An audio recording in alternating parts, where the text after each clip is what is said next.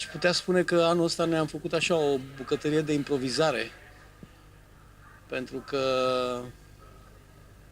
așa aproape penultima etapă încă n-am fost sigur că vom avea festival.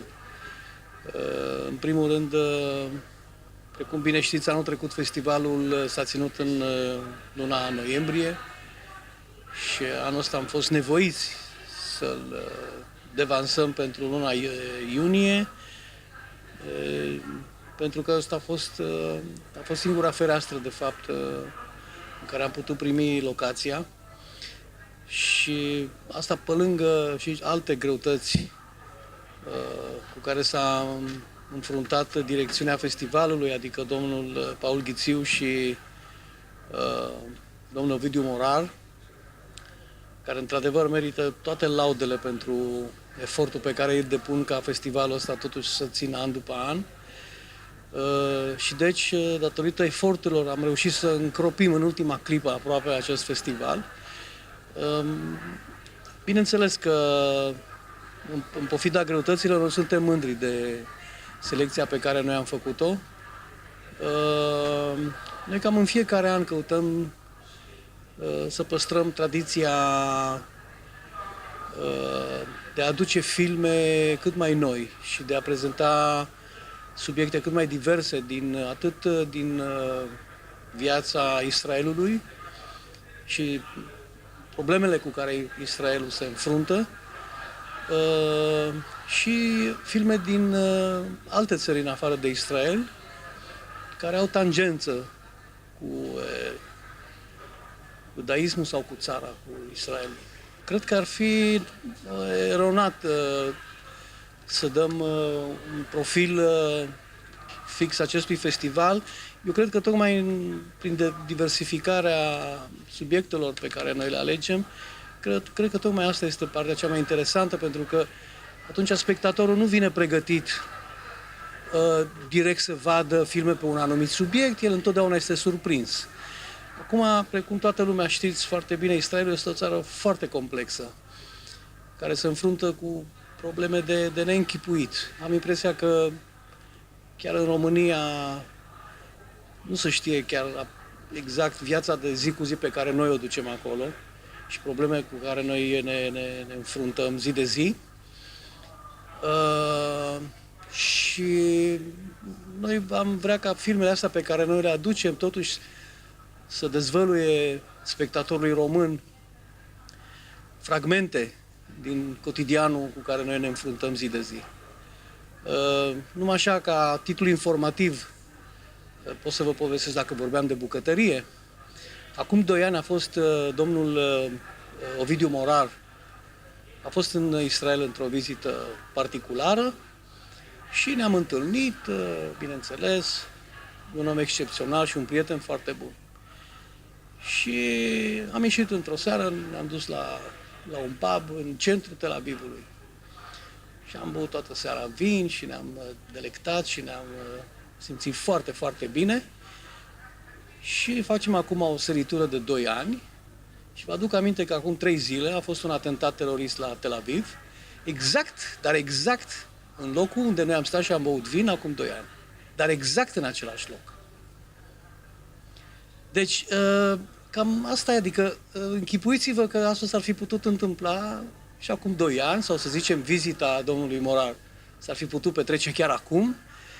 Deci cam asta este viața noastră. Te trezești dimineața și nu prea știi unde bați. Și cum ajungi și ce te așteaptă. Și spre norocul nostru, între ghilimele, asta oferă o atmosferă foarte bună, e puțin macabru ceea ce spun, dar asta este hrana cineastului. Noi am devenit, de fapt, una dintre țările cu producția cea mai mare de filme documentare din lume, pentru că avem subiecte la fiecare colț de stradă. E de ajuns că luați camera și vă așezați undeva și vă asigur că într-o săptămână, 2 aveți de acum subiect de film, după alte 2 săptămâni aveți și filmul făcut. Spre norocul nostru,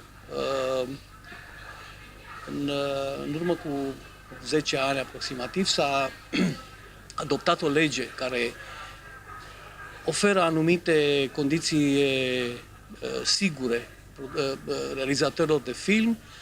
Deci există o susținere a statului la producție de filme, motiv pentru care Israelul, din punctul ăsta de vedere, trece o perioadă de înflorire. Adică, la fel ca și cinematografia română, noi mergem puțin în paralel. Știu că și aici din potrivă, condițiile sunt mai grele în România, dar și cinematografia israeliană reușește foarte bine în ultimii ani. Eu, precum vă dați seama, sunt foarte mult legat de România, sunt născut aici, precum vedeți vorbesc, sper, destul de coerent limba română, deși acasă nu am cu cine vorbi. Și eu sunt aici, așa, merg cu două pălării, pentru că în același timp mi-e foarte important să aduc la cunoștința realizatorilor din Israel și fapte despre România. Sunt oameni care știu foarte puțin despre țara asta și întotdeauna când aleg invitații și retrospectivele, întotdeauna prefer să aduc oameni care știu că mâine vor fi ambasadori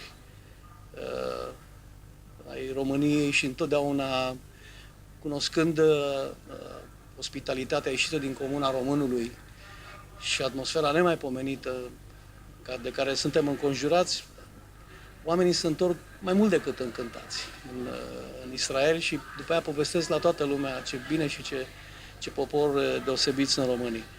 Deci, precum vedeți, festivalul ăsta are și el și alte roade de la urma urmei. Am norocul că am din ce alege. Așa cum spuneam, cinematografia israeliană trece o perioadă de înflorire și sunt foarte mulți realizatori care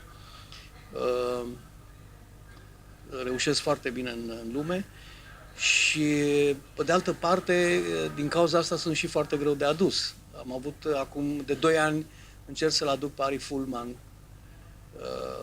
realizatorul celebrului Vals cu Bashir, care a câștigat și la Cannes și la multe premii internaționale, la multe festivaluri și tot timpul fiind ocupat, el de fapt, primul rând, acum 2 ani am făcut retrospectivă și el urma să vină la această retrospectivă și în ultima clipă a început filmări la alt film și la fel și anul ăsta. Anul ăsta l-am pierdut între ghilimele și pe el și pe Dror More, cu realizatorul documentarului Gatekeepers, care a fost nominalizat pentru Oscar. Am aprobarea lui în scris că vine și e foarte bucuros să ajungă la București, locul în care n-a fost niciodată. Și în urmă cu 2-3 săptămâni m-a anunțat că intră în filmări neașteptate, el fiind documentarist. Programarea filmărilor nu întotdeauna poate fi stabilită din capul locului, de la un film artistic.